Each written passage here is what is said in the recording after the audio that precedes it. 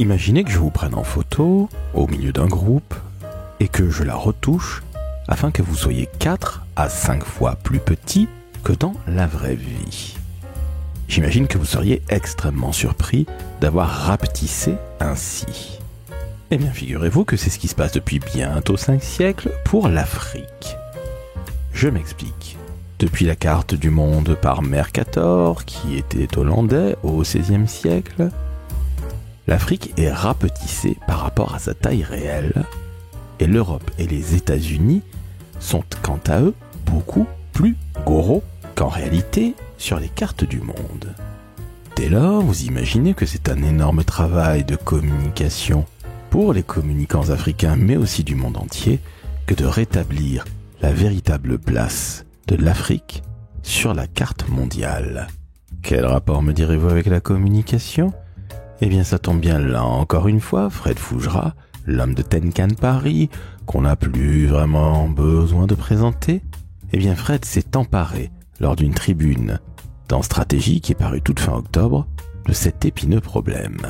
Dans cet épisode, il va évidemment vous parler de la tribune dont je viens de vous parler, mais aussi de la place de la communication en Afrique, de la marque Afrique, et aussi, bien évidemment, des quelques différences qu'il existe entre les communicants africains et les communicants européens, pour ne pas dire les communicants français. Je suis Laurent François, fondateur et dirigeant de l'agence Maverick, et je vous avoue que je suis tombé de ma chaise lorsque j'ai appris à quel point l'Afrique et son continent étaient rapetissés sur les cartes du monde. Rassurez-vous, cet épisode ne va pas parler de géographie, mais bel et bien de communication et de nouveaux narratifs. Très très bonne écoute en compagnie de Fred Fougerat, l'homme de Tenkan Paris. Le décodeur de la communication, un podcast de l'agence Maverick. Salut Fred. Bonjour Laurent. Comment ça va ? Ça va, mais ça va toujours très bien en ta compagnie. Eh bien, écoute, plaisir partagé. Alors Fred, on va parler d'actualité, c'est assez rare dans le décodeur de la com, mais toute fin octobre, là, tu as écrit une tribune dans Stratégie sur la place de l'Afrique sur les cartes du monde. Alors, je sais bien qu'on est non pas dans le décodeur de la géographie, mais dans le décodeur de la communication, mais est-ce que tu peux nous expliquer, s'il te plaît, ce contexte, et puis après on va rentrer dans le vif du sujet, parce que la tribune est très très forte, elle est assez surprenante, je m'y suis pris à 2 fois pour la lire et pour non pas la comprendre parce que c'était très clair, mais quelque part c'est très symbolique, c'est très fort. Bref, explique-nous le contexte de cette magnifique tribune, s'il te plaît. Donc ta question, c'est quel rapport entre la communication et la place de l'Afrique sur les cartes du monde ? Exactement. Alors cette tribune, déjà, elle intervient dans le numéro spécial Afrique de Stratégie. Stratégie produit chaque année un numéro consacré à l'Afrique, ce qui est pas inintéressant parce que il y a des continents, on parle très peu de l'Asie, on parle très peu de l'Afrique, donc on parle très peu finalement de territoires sur lesquels il se passe énormément de choses, sur lesquels il y a un dynamisme, il y a une jeunesse, il y a des ambitions, il y a tellement de choses qui se passent et on reste derrière des images très caricaturales ou très passéistes de ces territoires. Donc parler de l'Afrique, moi je salue Stratégie d'y consacrer un numéro chaque année. Et cette tribune, en fait, c'est le rédacteur en chef de Stratégie, Gilles Wibo, qui m'a demandé de l'écrire suite à une prise de parole que j'ai eue fin septembre et 2 appels. Le même appel, que j'ai fait à Tunis à l'occasion des Communication Days. C'est un événement qui rassemble tous les communicants tunisiens ou plus largement, j'allais dire même du Maghreb, mais même au-delà, puisqu'il y avait des gens qui venaient jusque depuis la Guinée à cet événement. Et même appel que j'ai lancé quelques jours plus tard à Lubumbashi. Lubumbashi, c'est une grande ville au sud de la République démocratique du Congo où se tient chaque année un marathon de la presse, c'est-à-dire un événement qui cette année regroupait plus de 820 journalistes. Ça, c'est le nombre d'entrées payantes, c'est pas un chiffre d'organisateur. 820 journalistes qui viennent réfléchir sur les questions d'éthique et de responsabilité des médias. Et à l'occasion de cet événement, j'avais lancé un appel auprès des communicants, j'ai lancé un appel auprès des journalistes africains à travers cet événement, pour leur dire, aujourd'hui, un sujet est mis sur la table, c'est celui de la représentation du monde sur les cartes papier. Cette représentation du monde telle que nous la connaissons, elle date du XVIe siècle. C'est le néerlandais Gerardus Mercator qui a dessiné la carte du monde. Cette carte, c'était une magnifique invention, innovation, parce qu'elle a permis la navigation maritime moderne, si on peut dire. Mais cette carte, en réalité, cette représentation graphique, elle est faussée. Elle est faussée parce qu'elle donne une dimension excessive à l'Amérique du Nord et à l'Europe, et elle diminue, mais d'une façon extraordinaire, la valeur réelle, le poids de l'Amérique du Sud et de l'Afrique. Et aujourd'hui, même si on considère qu'il n'y a pas de représentation idéale de la planète ronde sur une planisphère, en tout cas, il est possible de faire une représentation beaucoup plus juste sur les cartes du monde. Et là, quand on fait cette représentation qui s'appelle Equal Earth, eh bien, on réalise la dimension, la réalité de la taille de l'Afrique, notamment. On parle d'Afrique, mais c'est également vrai pour l'Amérique du Sud, qui est mais beaucoup plus grande que ce que l'on a à l'esprit. Et donc, j'ai lancé cet appel aux communicants et aux journalistes qui peuvent utiliser de leur influence et de leur autorité professionnelle pour montrer ce qu'est la réelle taille et la réelle dimension de l'Afrique, pour les appeler à utiliser cette nouvelle carte dans les représentations du monde, parce que cette représentation, c'est aussi la représentation qu'on a dans l'imaginaire collectif. Et à force de caricaturer un continent, à force de le diminuer, à force d'en faire un petit continent, mais finalement, tout ça, ça participe à la construction et à l'idée qu'on a de ce continent qui est faussé. Et dans un immense travail de changement de narratif qui est fait par beaucoup de gens sur le continent africain, mais je pense que le changement de narratif, il doit aussi s'accompagner d'un changement d'image. Il faut que les générations futures, enfin actuelles et surtout futures, prennent compte de la réalité de ce qu'est ce continent. Et donc, tout ceci peut y participer. Et je peux rajouter que ce sujet doit être traité par l'Organisation des Nations Unies, et c'est un des rares sujets où l'intégralité des 54 ou 55 pays membres de l'Union africaine sont d'accord sur ce sujet pour faire corriger les cartes. Donc c'est pour ça que souvent on utilise le terme, vous pourrez le lire, correct the map. Il faut corriger ces cartes du monde pour donner, notamment au continent africain, mais enfin à tous les continents du Sud, une dimension et une représentation sur les cartes qui est leur réelle dimension. C'est pas un cadeau qu'on leur fait, c'est on rétablit quelque part une injustice ou une erreur. Quand j'ai vu et que j'ai surtout lu ta tribune, je me suis dit, mais qu'est-ce qu'il raconte très concrètement? C'est la taille de l'Afrique. Et tu me l'as montré à ton bureau, une autre vision du monde, tout simplement, de la planisphère. Et l'Afrique, soyons très très clairs, chers auditrices et auditeurs, et vous particulièrement qui n'êtes pas en Afrique, en France ou ailleurs, mais l'Afrique, elle est 4 fois plus grosse en réalité. Même bien plus. Même plus que cela, mais vous comprenez que vous avez un multiple qui est quand même pas 1,5 fois plus gros. Non, c'est 4 à X fois plus grosse que ce dont on a l'habitude depuis qu'on est gamin. Et tu parlais des biais cognitifs. Et qu'on gardera longtemps à l'esprit. Mais qu'on a toujours à l'esprit, tout simplement. C'est normal, ce sont des pays du tiers-monde, donc c'est petit. Je suis désolé d'utiliser ce biais cognitif qui est absolument abominable et qui est limite colonial, mais quelque part, je pense en effet que pour changer de récit, de narratif, et puis aussi pour remettre en avant la communication qui va évidemment participer à ce narratif de l'Afrique, il faut aussi montrer que maintenant l'Afrique, c'est pas l'espèce de truc qui ressemble un tout petit peu, un peu plus grand que l'Europe, un peu plus large, qui est foutu différemment. Non, c'est très nettement plus grand, plus gros, plus costaud. Et ça, il faut l'expliquer à nos auditrices et auditeurs, parce que c'est fondamental, et puis que c'est aussi peut-être des pays en développement économique, oui, très bien, mais aussi c'est du business, et puis aussi c'est de la communication, et le champ des possibles, il est magnifique. Donc en fait, il faut simplement montrer l'Afrique telle qu'elle est. Il faut pas nier ses difficultés, il faut pas nier son histoire, ses soucis, mais il faut la montrer telle qu'elle est. Et telle qu'elle est, c'est notamment la réalité de sa dimension. Et voilà. Et quand on prend conscience de la réalité de ce continent, ça permet peut-être de l'aborder d'une façon différente et d'arrêter d'être dans certaines caricatures ou encore idées passéistes, comme je le disais tout à l'heure. Voilà, c'est un continent qui se développe très vite, sur lequel il y a des talents, il y a de l'ambition, il y a de l'énergie, il y a de l'entrepreneuriat. Et donc on n'est plus du tout, il faut absolument sortir de ces caricatures. Ça, c'est ceux qui travaillent sur le changement de narratif qui y contribuent, et communicants et influenceurs peuvent jouer un rôle essentiel. C'est là le lien avec la communication. C'est aussi une question d'image. L'image, c'est important, les symboles, c'est important. Et voilà, une carte du monde où l'Afrique est toute petite et une carte du monde où l'Afrique a sa réelle dimension, c'est pas exactement le même monde. Mais tu remets tout simplement les pendules à l'heure. Sincèrement, il n'y a pas d'autre terme, Fred. Oui, tout simplement. Mais il fallait faire ce travail.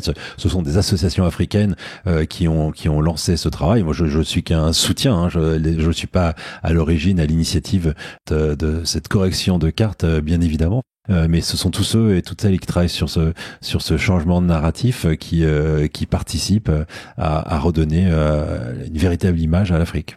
Alors justement, tu sais bien, j'adore que les auditrices auditeurs du podcast posent des questions. Et cela tombe bien, j'ai 3 questions pour toi. 2 de Fawaz Mama et une de Nadia Bar Alves. Alors Fawaz Mama, tu le connais très très bien puisque tu as travaillé avec lui, avec le champion des réseaux sociaux, Social Media Manager. Fawaz, le béninois. Et toujours fier de ses origines et de son pays. Donc saluons le Bénin et Cotonou. Et on écoute sa question. Quel impact la correction de la représentation de la taille du continent africain sur les cartes du monde peut-elle avoir sur la perception et l'identité des nouvelles générations africaines ? Je pense que sa question est juste parce que elle aura un impact sur tout le monde, mais comme je le disais, on gardera certainement cette image très ancienne pour nous qui l'avons toujours vécue.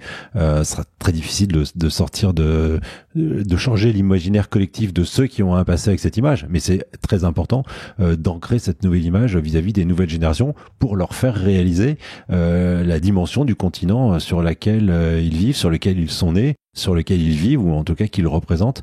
Donc c'est absolument essentiel que chacun soit conscient d'où il vient et enfin du poids et de la dimension de son continent par rapport au reste du monde. Je pense que ça donne une autre fierté, ça donne de la force, ça donne de l'ambition. Et donc il faut arrêter d'écraser les Africains en les sous-considérant et notamment au motif d'un continent qui serait beaucoup plus petit que ce qu'il n'est en réalité. C'est faux. C'est un immense continent et nous devrions les considérer pour ce qu'ils sont. Donc l'Afrique, c'est pas ce petit continent super sympathique où il y a des petits noirs, des petits arabes, puis qui adorent le football et qui adorent la musique. Non, l'Afrique, c'est beaucoup plus grand que ça. Et soyons clairs, nets et précis, j'ai évidemment eu là un petit peu dur contre ces horribles clichés qui me révulsent, mais il faut comprendre que ce fameux dessous des cartes, c'est comme cette fameuse émission, elle est fondamentale. Ben non, c'est pas la place de l'Afrique est beaucoup plus grande dans le monde qu'il n'y paraît. Il est temps de passer à un autre récit. Il est temps de passer à un autre récit. Alors, il y a beaucoup de gens qui travaillent à ce changement de narratif. D'ailleurs, il y a ce hashtag changement de narratif. Je pense qu'il a été inventé. En tout cas, il a été imposé par l'actuel ministre de la Communication et porte-parole du gouvernement de RDC. Il s'appelle Patrick Mouyaya. C'est un ancien journaliste. Il a été député parlementaire. Il est depuis quelques années porte-parole et ministre de la Communication de ce gouvernement. Il a beaucoup œuvré. Donc, République démocratique du Congo, que d'autres appellent Congo-Kinshasa, c'est plus de 100 millions d'habitants. J'ai eu l'occasion de m'y rendre à plusieurs reprises. Je peux t'assurer que il y a un dynamisme, notamment dans les métiers de la communication et comme des médias. Il y a des talents absolument incroyables. Il y a beaucoup plus à apprendre d'ailleurs qu'à apporter quand on se rend dans ce pays. Donc ce ministre fait partie des gens qui ont une voix forte à travers le monde et notamment sur les réseaux, très présent dans les médias, dans les médias du monde entier. Et donc qui porte ce changement de narratif. Il n'est pas le seul. Il y a 2 Congos. Il y a aussi le Congo-Brazzaville, la République du Congo. Et, un autre ministre de la communication et porte-parole du gouvernement qui s'appelle Thierry Lézin Mungala lui-même. Alors on lui dit qu'il est plutôt le changement de narratif diplomatique. Voilà, peut-être qu'ils se sont répartis les rôles. Je pense que les choses se font assez naturelles, mais lui le porte énormément au niveau de la diplomatie. D'autres, je vais évidemment pas tous les citer, je les connais pas tous. On peut citer une femme, c'est Yawa Kwingan, qui est la ministre de la communication du Togo. Voilà, c'est aussi une nouvelle génération de politique, c'est de nouvelles énergies, de nouvelles façons de faire, mais voilà, très présente sur les réseaux sociaux et aussi qui porte une parole différente. Et quand elle porte la parole de son pays, elle comme les autres, et elle porte aussi la parole de la marque Afrique. Peut-être qu'on en reparlera, mais voilà, sur ce continent a cette spécificité, c'est que on a une nationalité, on a des origines, mais on est aussi le citoyen d'un continent, ce que l'on ressent ou que l'on vit beaucoup moins ou pas du tout sur les autres continents. J'en cite 2 autres parce que je pense qu'ils ont joué ou ils jouent un rôle important. Je pense à Rodrigue Mumba Bissau Saou, qui est l'ancien ministre de la communication du Gabon. Alors même chose, nouvelle génération. Voilà, peut-être que ça contribue aussi à une certaine jeunesse, un certain dynamisme qui fait qu'on aborde la communication, un professionnel de la communication. Il l'était avant, il l'est redevenu ensuite, et je pense qu'il a participé à ce changement de narratif. Puisqu'on parlait de stratégie, dans le numéro spécial Afrique de cette année, c'est Amadou Coulibaly qui est le ministre de la communication du gouvernement ivoirien. Voilà encore une autre personnalité politique, mais qui ont un rôle de communicants importants. Ce sont des ministres de la com, mais voilà, c'est un rôle important aussi au service de ce changement de narratif. C'est tout un écosystème au service de la marque Afrique qui participe à ce changement de narratif. On va parler de la communication en Afrique pour aussi quelque part tordre le cou à beaucoup d'idées reçues, mais passons à une autre question d'une auditrice, Nadia Bar Alves, qui te demande. Bonjour Frédéric. Tu parles dans ta tribune publiée récemment dans Stratégie de changement de projection cartographique, Equal Earth, afin de donner à l'Afrique sa véritable dimension et transformer le narratif autour du continent. Comment évaluer réellement et concrètement l'impact de ce changement sur la perception du public francophone et européen? Quelles actions mener et comment? Quels indicateurs de mesure recommanderais-tu pour savoir si ce combat d'image évolue vers une représentation plus équitable? Alors déjà, je pense pas qu'il s'agisse de faire évoluer la vision seulement sur le public français et européen. C'est sur l'imaginaire collectif mondial, et peut-être même à commencer par les Africains eux-mêmes, parce que c'est une prise de conscience continentale que ce continent n'est pas celui qu'on nous a toujours présenté, mais qui est beaucoup plus important et beaucoup plus grand. Ensuite, ça pourra toucher toutes les communautés. Je pense que ça prendra beaucoup de temps. Ça va être difficile de le mesurer dans un mois, dans un an. Ça va prendre des années. Ça va s'inscrire de façon progressive dans l'esprit des personnes. Ça va énormément dépendre de ceux qui vont s'emparer de ce sujet et de ceux qui n'y porteront pas plus d'intérêt.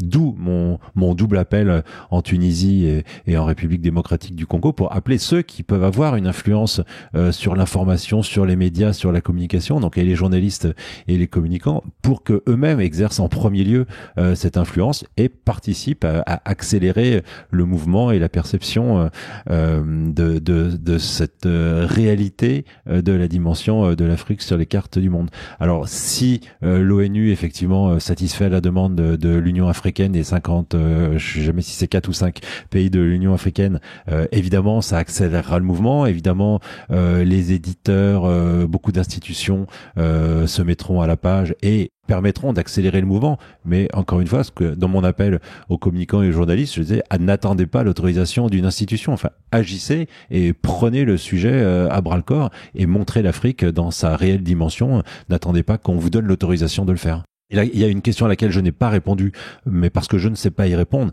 c'est comment mesurer cet impact. Comme je disais, ça prendra beaucoup de temps, donc je ne sais pas quels seraient aujourd'hui les bons indicateurs pour pouvoir le mesurer tout de suite. Peut-être à un moment, faudra-t-il être capable de comparer le nombre de productions de cartes anciennes, je veux dire de reproductions dans les médias, dans l'ensemble de la sphère médiatique, des anciennes cartes par rapport aux nouvelles cartes. Franchement, j'ai pas de réponse satisfaisante à donner aujourd'hui sur la mesure de l'impact de ce changement, mais il faudra être capable à un moment ou un autre effectivement de mesurer cette évolution. En tout cas, l'encourager toujours. Oui, et puis j'ai envie de dire chaque chose en son temps. Déjà, il faut changer de narratif et après on verra les résultats. Alors justement, il y a effectivement, avant de mesurer le résultat, il va falloir faire le boulot. Mais c'est une question clé quand même de se poser la question de la mesure de l'impact, parce que tout ce que l'on fait doit se mesurer et ça n'a de sens que s'il y a un impact derrière. Donc la question est tout à fait justifiée. Et j'en permets juste pour rectifier, il y a bien 55 pays dans l'Union africaine. J'hésitais entre 54 et 55, autant donner la bonne information. C'est 55. Et donc, il est très rare que les 55 pays soient d'accord pour voter une résolution, soutenir un projet. Donc c'est assez exceptionnel pour le souligner. On revient à une question de Fawaz Mama, alors avec lequel tu as travaillé, qui vient du Bénin. Je salue Fawaz, que j'apprécie énormément et qui est passé déjà dans le décodeur de la communication. Et qui a fait exploser et cartonner les scores du décodeur, si j'ai bonne mémoire. Exactement, monsieur a fait plus de 10 000 écoutes la première fois et c'est un best-of qui revient très régulièrement. C'était sur la stratégie réseaux sociaux. À l'époque, monsieur était chez Foncia. Et justement, on écoute la seconde question de monsieur Mama. En tant qu'Africains, comment pouvons-nous contribuer à renforcer la visibilité et la valorisation de la marque Afrique sur la scène mondiale? Alors Fawaz fait référence à une étude qui a 2 ans, une étude de Tenkan Paris qui avait été réalisée auprès de 1200 de mémoire communicants africains, et africains, pas de la diaspora, africains du continent africain. Et cette étude, elle avait une double vocation, enfin elle avait une vocation et elle avait une intention. La vocation, c'était de connaître, comprendre quels étaient les enjeux, les freins, les façons de travailler des communicants africains à date. C'était il y a 2 ans, donc c'est toujours d'actualité. Est-ce que leurs freins, est-ce que leur façon de travailler était différente? Est-ce que leurs enjeux étaient différents de ce que peut être les enjeux ou les difficultés d'un communicant français? Ça, c'était l'étude c'était l'intention, c'était l'objectif de cette étude. On a pu voir quelques micro-nuances par secteur, par pays, mais de façon globale, ce que vit un communicant africain, c'est exactement ce que vit un communicant français. Avec les formations sont parfois un peu différentes. D'abord, la formation a plus d'importance et de valeur sur le continent africain. Ce qu'on appelle le papier, c'est-à-dire le diplôme, est beaucoup plus important dans un parcours professionnel. C'est peut-être l'essentiel, la plus importante nuance qu'on a pu voir. Après, c'est vraiment des nuances extrêmement à la marge. Mais cette étude, elle a révélé quelque chose d'incroyable auquel je ne m'attendais pas. C'est l'existence d'une marque commune, et qui est la marque Afrique. Je l'ai évoqué il y a quelques instants. Et quelque part, volontairement ou involontairement, tous ces communicants travaillent pour une marque, travaillent pour une entreprise, pour une institution, mais ils travaillent aussi pour une marque commune qui est la marque Afrique. Et ça, c'est très fort et très puissant pour un continent. Ça n'existe nulle part ailleurs. Enfin, jamais un Français travaille pour la marque Europe, pas plus qu'un Belge ou un Néerlandais. La marque Amérique, elle n'existe pas. Il y a l'Amérique du Nord, l'Amérique du Sud, donc chacun est finalement dans sa zone géographique. Et quand on est africain, eh bien, on est tout autant africain que attaché à sa nationalité. Il y a beaucoup de transferts d'ailleurs. Parfois, on est né dans un pays, on va habiter dans un autre, on fait ses études dans un 3e, on se marie dans un 4e, on établit sa vie professionnelle dans un 5e, on retourne dans le 1er, on repasse dans le 3e. Donc il y a une autre façon de vivre son territoire et son continent, mais ça en communication ça reste très intéressant parce que cette marque Afrique elle existe, et souvent quand on rencontre une personne d'origine africaine, elle est d'abord africaine avant d'être béninoise, togolaise, congolaise. Elle est africaine et elle revendique cette appartenance. Nous, on n'est jamais européens. Nous, on dit on parle des Américains. Est-ce que les Américains disent d'abord qu'ils sont Américains? En tout cas, voilà, c'est pas la même chose. Donc c'est une chance incroyable. Et je pense que pour répondre à la question de Fawaz, les communicants notamment, enfin c'était la base de sa question, ils doivent avoir à l'esprit cette dimension, parce que comme je disais, c'est volontairement ou involontairement. Donc je pense qu'il faut qu'ils aient à l'esprit cette dimension et qu'ils savent en jouer, qu'ils n'en abusent pas, parce que peut-être que ça ne servirait pas à la cause, mais en tout cas qu'ils savent en jouer, qu'ils ne l'oublient pas ou qu'ils ne la négligent pas surtout. Et cette occasion de représentation de l'Afrique sur les cartes du monde avec cette carte Equal Earth, je pense que c'est une bonne façon d'être très actif et de jouer sur ce changement d'image et de renforcement de l'image de la marque Afrique. D'autant plus que le sujet est passionnant. Évidemment, quand on est européen, quand on est français, on s'en doute pas, très honnêtement, de cette représentation, je le rappelle encore une fois, qui fait l'objet d'une tribune dans Stratégie, dans j'allais dire l'épisode, mais le numéro Stratégie consacré à l'Afrique. Non, mais quand on est africain, pour la plupart non plus, on s'en doute pas, parce que c'est un sujet qui est amené sur le tapis, qui est assez récent, et beaucoup d'Africains découvrent le sujet et ils n'ont jamais vécu avec la frustration que leur continent était mal représenté. C'était pas un sujet, puisqu'on nous a imposé depuis le XVIe siècle, hein, ça date un peu. On nous a imposé, on nous a pas proposé d'autres versions de la représentation du monde. On nous l'a imposé, en tout cas, c'est celle avec laquelle on a vécu. On n'a pas eu à s'interroger individuellement, donc personne ou très peu, j'imagine, vivent avec cette frustration ou cette injustice, y compris sur le continent africain, que le continent serait mal représenté. Puisque c'est la vérité scientifique partagée par tous, on est parti de ce principe-là. C'est aussi pour ça que ça sera compliqué de s'en défaire. Mais voilà, ceux qui ont eu la force, l'intelligence de réinterroger ces cartes et de réinterroger la valeur de ces tracé, c'est eux qui apportent un débat et qui apportent l'opportunité de cet échange aujourd'hui. Et quelque part, c'est tout simplement une représentation graphique à juste échelle.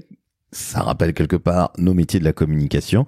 Et il est de ce fait normal que les communicants partout à travers le monde prennent à bras le corps ce sujet qui est quand même absolument incroyable parce que ça fait 5 siècles que finalement on a une fausse image. On se trompe sur nos cartes du monde. Et tu as raison, pour moi ça concerne tous les communicants et c'est aussi pour ça que le sujet m'a intéressé parce que tout combat a besoin d'alliés. Il n'y a pas un combat qui se gagne quand il est mené que par les personnes qui sont concernées. Voilà, le monde, nous sommes tous des citoyens du monde, donc on est tous concernés par ce sujet. Donc là, tous les communicants peuvent jouer un rôle, voilà, pour rétablir cette vérité. Eh ben, on va pas se gêner tant que faire se peut. Alors justement, j'ai annoncé un objectif et une intention. J'ai seulement dit quel était l'objectif de l'étude que j'avais menée sur les communicants il y a 2 ans.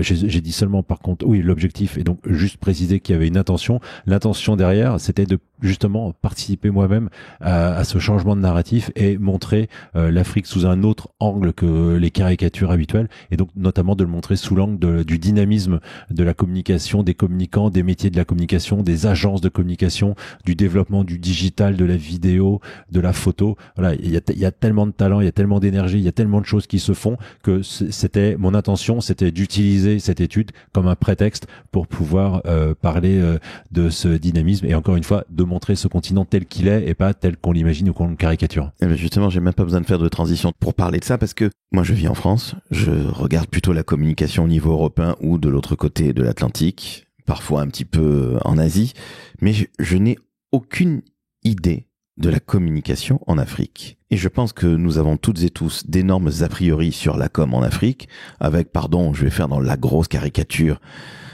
limite colonialiste, ils sont un peu en retard. Et tu es en train de nous dire, Fred, que l'Afrique n'a rien à envier en matière de communication et de talent à l'Europe et bien évidemment à la France. Oui, et s'il y a bien une chose on ne peut pas dire qu'ils sont en retard, c'est assurément sur la communication. Peut-être d'ailleurs parce qu'il y a un accès accéléré ou plus rapide à la technologie.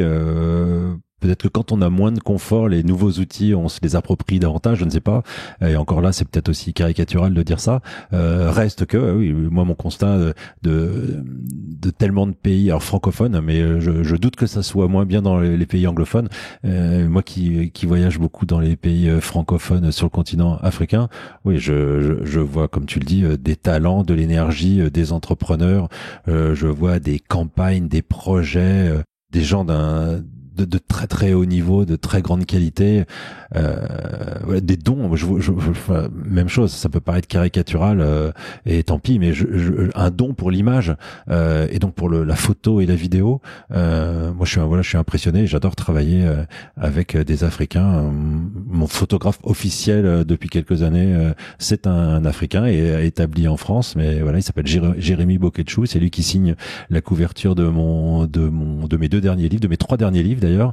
Voilà, ça permet de le saluer. Voilà, énormément de talents côté Afrique. Donc toutes les caricatures et tous les a priori, on peut les jeter parce qu'ils sont tous absolument faux. Comme de façon générale, d'ailleurs, tous les a priori qui concernent des choses qu'on ne connaît pas, donc on s'imagine sur la base de fausses informations. Donc il mieux vaut un peu s'ouvrir et s'éveiller à la réalité de ce qu'est l'Afrique, plutôt que de rester sur des idées très anciennes. Et un peu colonialiste, encore une fois. Je suis désolé d'employer ce terme-là, mais c'est pour bien vous prouver que les choses changent et elles ont changé depuis fort longtemps. Depuis fort longtemps. Moi, comme beaucoup, quand on parle d'Éthiopie, on se souvient de Lives Aid et de l'engagement de plein d'artistes à travers le monde pour essayer de soutenir le peuple éthiopien qui faisait face à des famines terribles. Mais ça, c'était il y a un certain nombre d'années maintenant. Et quand on arrive à l'aéroport d'Addis Abeba et qu'on découvre la ville, évidemment, on est légèrement perturbé par l'imaginaire qu'on a par rapport à cette période très triste de ce pays, qui depuis s'est développé, a explosé, et voilà, et avec un aéroport qui n'a rien à envier à nos aéroports européens, par exemple, quoi. C'est un exemple, c'est un seul exemple parmi tellement d'autres choses. Mais quand on parle d'Éthiopie, dans l'inconscient collectif encore européen, on est très très loin de ce qu'est le pays aujourd'hui. Un exemple parmi tant d'autres. Est-ce que tu ne crois pas que justement parfois les médias ont tendance à montrer des images très caricaturales de l'Afrique, toujours les famines dont tu parlais à l'instant même, j'ai connu ça moi aussi, Live Aid, avec tous ces artistes ou l'Éthiopie, tu sais, les chanteurs français, bougeons-nous pour l'Éthiopie. Mais est-ce que tu crois pas que justement les médias montrent encore des images un peu caricaturales et que quelque part ça a aussi une incidence sur la communication en Afrique et de ce fait la marque Afrique? Mais complètement. Mais d'où mon appel aussi aux journalistes et pas seulement aux communicants. Mais effectivement, soit ce qui est montré est caricatural, au mieux c'est cliché, donc on va montrer des clichés sympathiques, mais des clichés, c'est comme montrer un Français avec un béret et une baguette, on n'en rencontre pas tant que ça. Donc voilà, ce sont des clichés, et surtout on n'en parle pas en réalité, on n'en parle pas ou quasiment jamais. Donc ou alors on va en parler que quand il y a une catastrophe, s'il y a une catastrophe humanitaire ou climatique, mais on va jamais parler du dynamisme économique. Dans nos médias français, on parle très peu du reste du monde, on parle un peu des États-Unis, mais on parle très peu du reste du monde. Qu'est-ce qui se passe en Amérique du Sud? Mais combien de JT de 20 heures consacrent de sujets sur l'Amérique du Sud, à part Erwan Morris qui a lancé Chine Echo sur BFM Business, qui depuis a été repris. Qui parle de la Chine dans nos médias? Est-ce que c'est pas le pays le plus dynamique et le plus important aujourd'hui au monde économiquement? On ne parle jamais de la Chine et on parle jamais de l'Afrique. Si on devait faire un petit différentiel entre les communicants français et les communicateurs, comme on les appelle parfois en Afrique, toi qui connais bien l'Afrique francophone, évidemment, quelle différence tu notes? Sans pour autant que ce soit mieux ou moins bien, en aucun cas, mais quelle différence tu notes, toi? Alors, il y a pas de question de mieux ou moins bien, mais il y a une vraie différence potentielle. Il y a les communicants, communicateurs, communicologues qui travaillent dans des grosses institutions ou des grosses entreprises. Et là, ils font le même métier, exactement le même métier dans les mêmes conditions, en étant salariés, en se consacrant à leur activité avec les mêmes compétences, les mêmes enjeux, les mêmes freins aussi d'ailleurs. Ce métier est le même. Pour beaucoup de communicants, qui ne travaillent pas pour des grosses structures, ce sont souvent en réalité des journalistes dont le modèle économique ne permet pas de rémunérer les journalistes et donc les oblige ou les amène pour se nourrir, pour s'alimenter, avoir une double casquette dans leur journée, dans leur semaine, dans des semaines qui font souvent 7 jours, et qui partagent leur temps entre une activité de journaliste et une activité de communicant. Journaliste parce que c'est leur métier, c'est leur passion, c'est leur engagement, et communicant parce que c'est leur gagne-pain. Alors certes, il y a les mêmes appétences, il y a des compétences très directement liées. Il faut juste savoir à quel moment on porte sa casquette de journaliste et à quel moment on porte sa casquette de communicant. Et souvent, ce communicant-là, il travaille pour un pouvoir politique. Donc nous, c'est souvent le pouvoir économique dans notre pays qui dirige. Souvent en Afrique, c'est le pouvoir politique. Donc il a aussi des questions spécifiques d'éthique et de responsabilité entre l'honnêteté de son travail dans l'absolu et dans la neutralité, et aussi la loyauté qu'il a vis-à-vis de celui qui le paye. Donc voilà, il y a ce contexte qui est assez différent. Alors je veux pas généraliser sur toute l'Afrique francophone, la seule dont je me permette de parler, mais c'est vraiment un sujet qui revient tout le temps, et c'est notamment un des sujets qui revient dans le marathon de la presse que j'évoquais à Lubumbashi, au sud de la République démocratique du Congo, un marathon de la presse qui se tient tous les ans pour travailler ces questions, réfléchir à ces questions d'éthique et de responsabilité, et ce grand écart que beaucoup doivent faire entre journalisme et communication. Ce qu'on vit quasiment pas du tout dans un pays comme la France, où même un journaliste un jour peut devenir communicant, mais ça veut dire qu'il abandonne son métier de journaliste. Et les autres communicants africains, quand ils sont collaborateurs de grandes entreprises, où là la question ne se pose pas. Je comprends désormais beaucoup mieux pourquoi, lorsque je demande des invités dans le décodeur via LinkedIn pour faire donner la parole à des communicants africains, je comprends mieux pourquoi il y a autant de slashers, si je puis dire. Et tu éclaires enfin ma lanterne, donc ça se passe comme ça là-bas, et j'avais beaucoup de mal, moi, avec mon prisme culturel français, à comprendre et me demander, mais j'avais l'impression de me faire entre guillemets arnaquer. C'était donc moi qui étais juste stupide. Je vous prie de m'excuser auprès de tous les contacts que j'ai eus avec les Africains. Mais pas stupide, juste tu n'avais pas connaissance de cette situation. Il y a autre chose, un autre point qui peut parfois qui va choquer un Français ou un Européen quand il se trouve en Afrique et qu'il est invité dans un média. Souvent, quand tu es invité dans un média, enfin je l'ai vécu à maintes reprises, l'intermédiaire qui a organisé la chose va donner un billet au journaliste. Et c'est pas parce qu'il achète le journaliste, mais c'est parce que le journaliste n'a pas de moyen de vivre. Et donc la règle, c'est de contribuer quelque part. Donc ce n'est pas que ton interview ou que ton invitation est achetée ou qu'elle est payante. C'est que c'est une entraide ou la considération pour permettre tout simplement aux médias d'exister et de vivre, et donc aux journalistes aussi, quoi. Et ça peut nous paraître choquant parce que ça nous semblerait être complètement contre toutes les règles d'éthique qu'on pourrait avoir vis-à-vis d'un journaliste.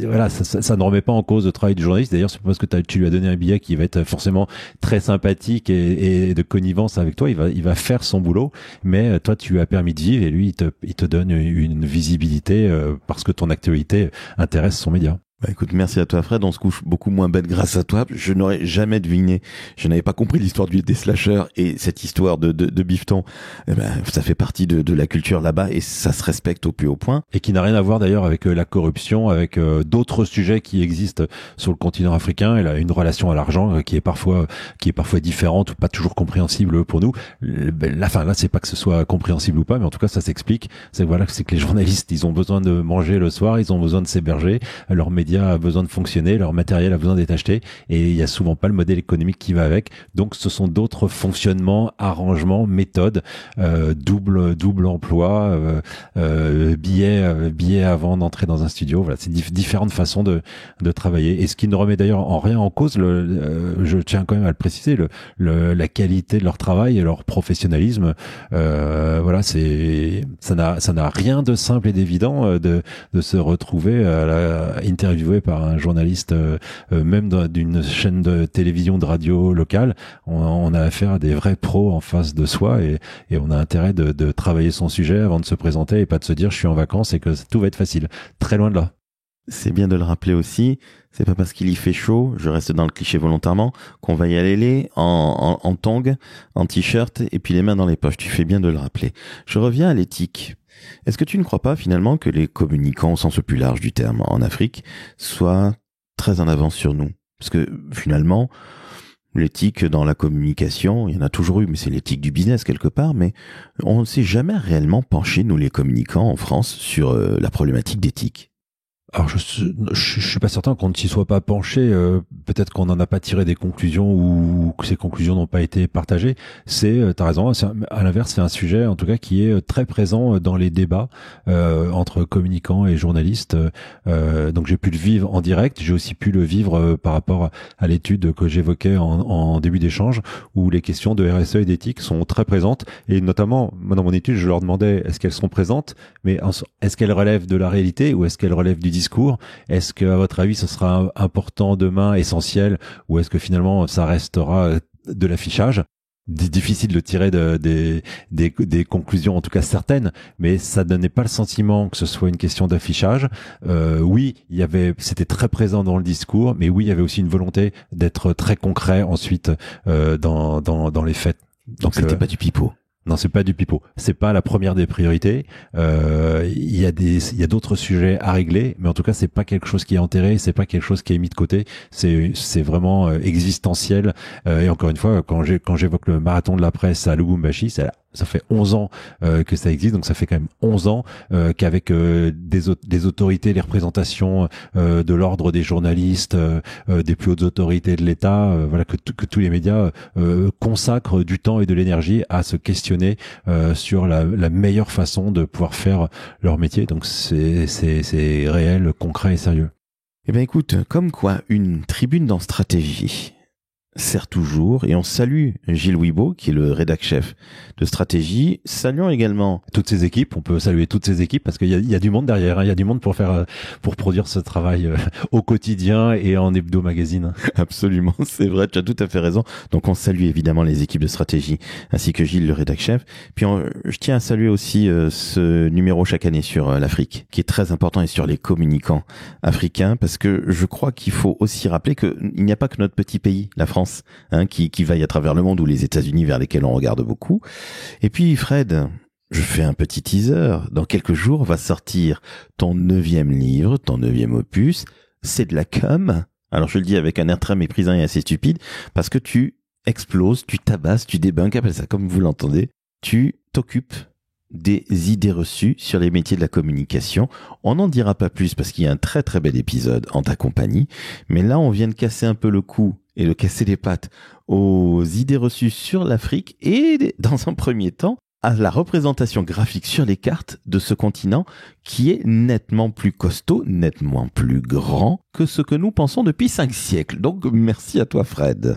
Merci à toi pour ton invitation. Merci à toi de contribuer à donner de la visibilité à ce sujet. Et puis j'invite tous ceux qui nous ont écoutés jusqu'à la fin de ce podcast d'aller chercher sur Google justement les représentations, les comparaisons, d'aller voir Equal Earth et de voir à quoi ressemble exactement la planète et la dimension des continents par rapport à l'imaginaire qu'on a.